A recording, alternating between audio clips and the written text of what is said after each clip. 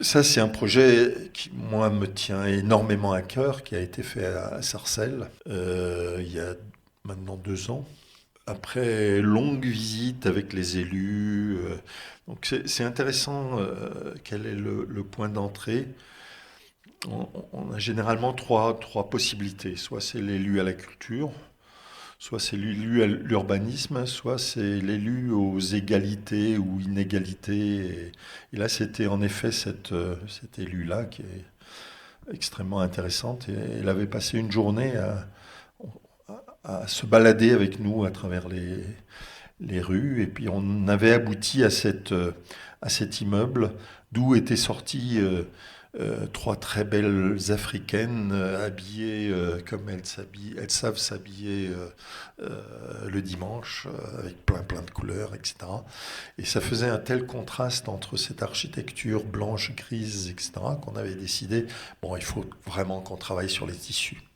Donc on a commencé à convaincre d'une part le maire, et le maire en est arrivé avec 3 images. C'était cette image en disant on aimerait bien mettre quelques tissus avec de la poésie dessus en différentes langues. Si tout va bien, on arrivera à ça, et peut-être qu'on arrivera même à aller au-delà. Et ça doit être des textes qui sont choisis par les habitants, ça doit être des tissus qui représentent les cultures textiles du monde. Et avec ça, on doit montrer la, la pluralité des cultures en présence.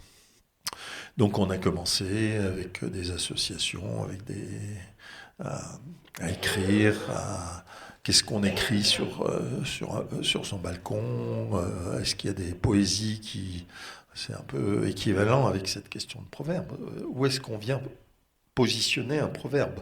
Parce qu'il y a le choix du proverbe, mais il y a aussi le proverbe qui peut-être devient beaucoup plus important parce qu'il est placé à l'endroit où il fait sens.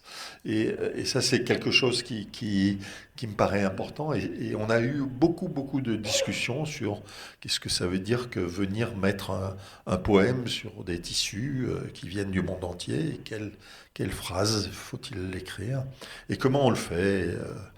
Est-ce qu'on commence à coudre? Ça, c'était les premiers essais avec une couturière qui venait d'Algérie et qui a commencé à nous écrire des choses de cette manière. Et puis a commencé je veux dire, le plaisir partagé de confectionner quelque chose d'impossible.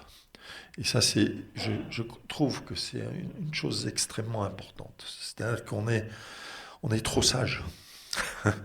Il faut qu'on retouche les questions impossibles. Il faut qu'on recommence à aller dans les limites de ce qui n'est pas possible et pas seulement de ce qui nous est autorisé.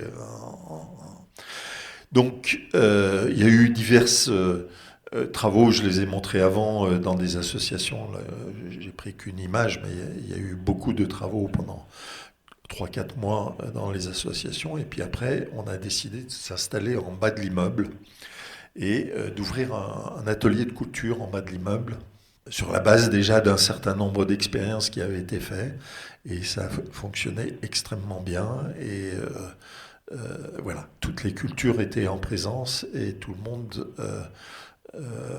se partageait à la fois la culture du textile et la culture des poésies, des signes, etc., etc.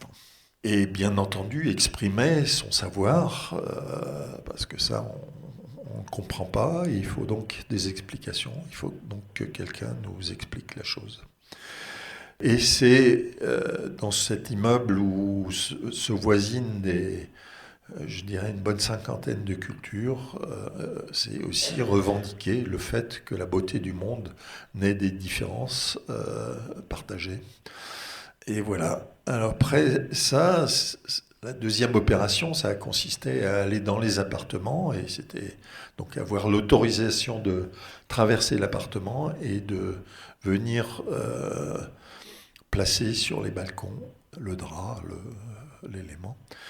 Et en finale, on est arrivé à couvrir cet immeuble et c'est la fête. Voilà, c'est une fête sans qu'on soit obligé de participer à la fête, mais c'est la fête des mots, c'est la fête des poésies, c'est la fête des différences et c'est important, c'est un peu contraire, je dirais, à l'architecture qui nous place tous dans une même boîte.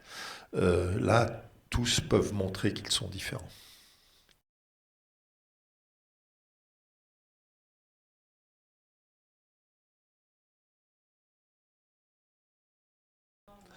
Alors, il était volontairement temporaire. Il était volontairement temporaire déjà parce que le vent et tout ça, c'est pas si simple de garder les textiles. J'ai vu des pigeons ici aussi. Voilà. Euh, un immeuble comme ça, c'est pas si simple.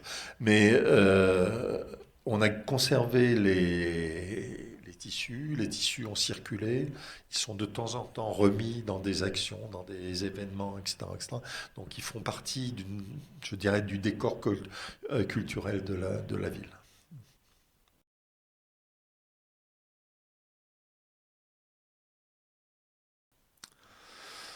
Et la circulation de ce qui s'est passé à Sarcelles, qui est aussi une ville voilà, dont la réputation, dans la réalité, est bien meilleure que la réputation. Le fait que ces tissus, ces textiles sont allés à Florence dans des expos, sont allés dans d'autres choses, a bien entendu aussi revalorisé ou a fait du bien.